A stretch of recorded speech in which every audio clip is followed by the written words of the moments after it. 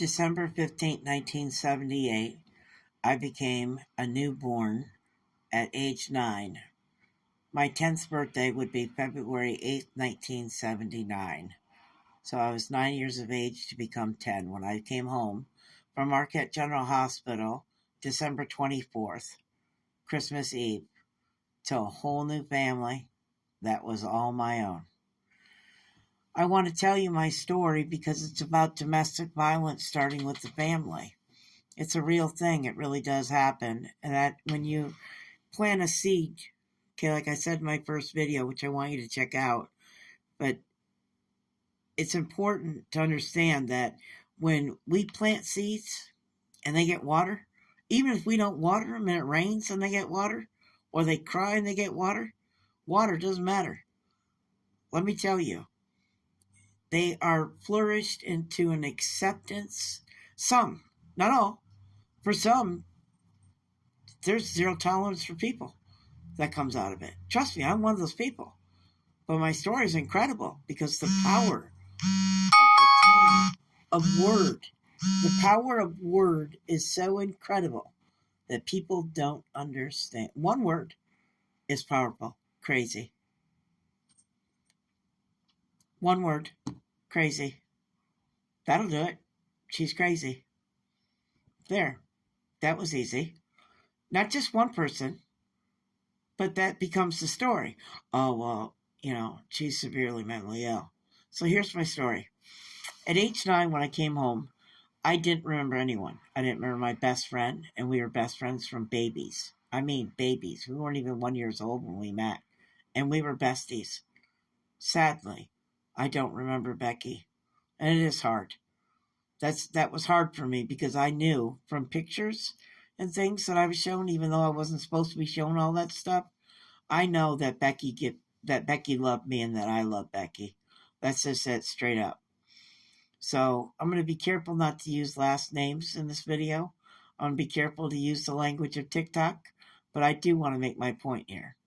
So in my home, there were 4 children and 2 adults, mother and father, and then 4 siblings, 3 older brothers and me. I'm the only girl. That's it. Out of that family, 3 walk in the darkness of life.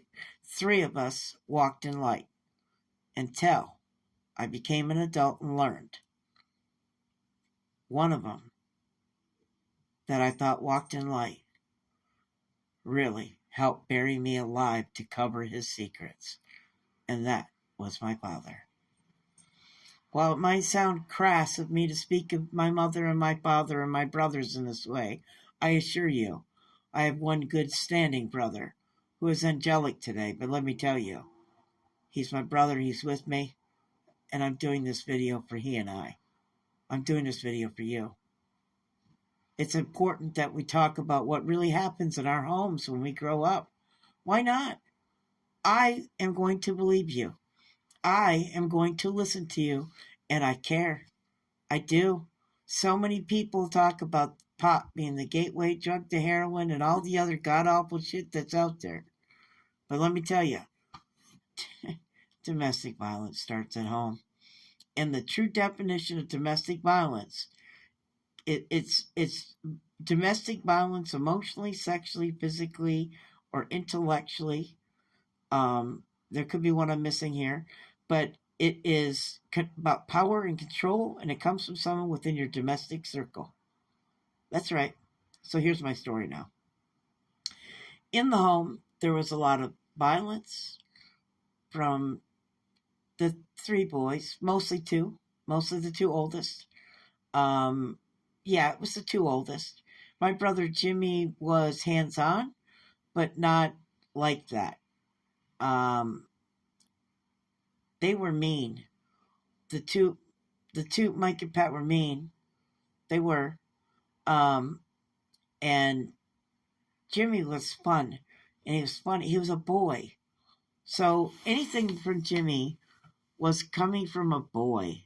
It was. It was coming from simply being a boy, learning, having a test dummy sister. I was his test dummy. I was. But I'm good with that.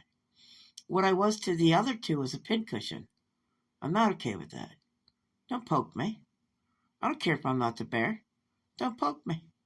And they poked me.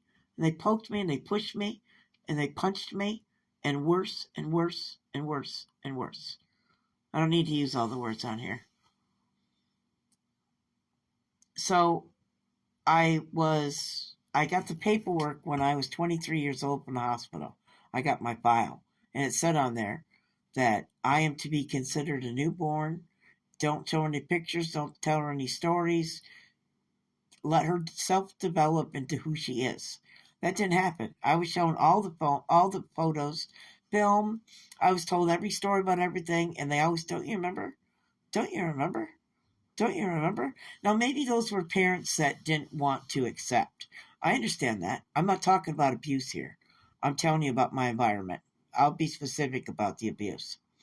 Um, some things are hard for some families to manage or handle. Some things they don't want to be real, and I understand that. But the boy that caused this, here's how it happened. Um, I was in the fourth grade, and a fellow student, Michael Cananan, I'm calling you out, allegedly, creep, stole lunch money from a kindergartner girl named Dawn. And I can't remember her last name, but I wish I could. Anyway, he stole her lunch money and roughed her up in the recess yard. So I was told about it, and it upset me so much I left class, went and got Mike out of class, and I made him go down the kindergarten room. And we, by happenstance, the first door that I opened was her room. And all I said was, "Did one of us hurt you today? Did one of us take your lunch money today? Anyone?" And this little teeny tiny girl stands up. That's right. It was upsetting. You should be upset. A fourth grader picking on a little girl. Oh, it gets better. So then he apologizes and promises her, "Boy, you'll be good. Don't worry. Nothing's ever going to happen to you again." Right? Okay. So then after school, December 15th on a Friday, the snowstorm of the century, for anybody that's from up north, you'll remember this. It is important to know that this boy was so upset that he got held accountable for his actions. He grabbed my hair from behind when I was walking home. I had no clue. I was still in the school. I was right in front of the lunchroom. Grabs my ponytail without from behind, whips me on the floor, and beats my head on the floor until I'm unconscious. Blood vessel ruptures, forms a blood clot. I almost died. Dr. Adam Brish, Marquette General, saved me.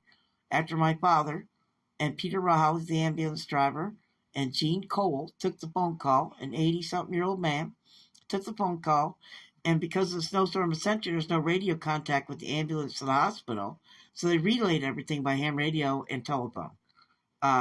Gene Cole did with the ambulance driver and Dr. Adam Brish. Saved my life. Took 4.5 hours from Newberry to Marquette, which is only a 2-hour drive. Typically a little less than 2 hours. So anyway, that's why I had to have the surgery. And what happened to Mike? Nothing. The school didn't hold him accountable. My family didn't hold him accountable. Nothing happened. And today, he is a domestic violence perpetrator, allegedly. Like how I use that word? I'm trying to be facetious a little bit the way I say it, just because I think it's bullshit. But anyway, this is going to sum up my part 2. Part 3, I'll get into a little bit more of the beef and potatoes, but I got the tornado in the background because let me tell you, that's what it's like being in a domestic violence situation. You're in a tornado. I understand, I care. I want us to help create Ready. I'll explain what Ready is, but it's our fallout shelter, people. Nationwide, we can do this together. Simply through care, and I give a damn. That's all you need. If you care and you give a damn, follow me. Let's do this. Let's get ready. Godspeed, everyone. Thanks for listening.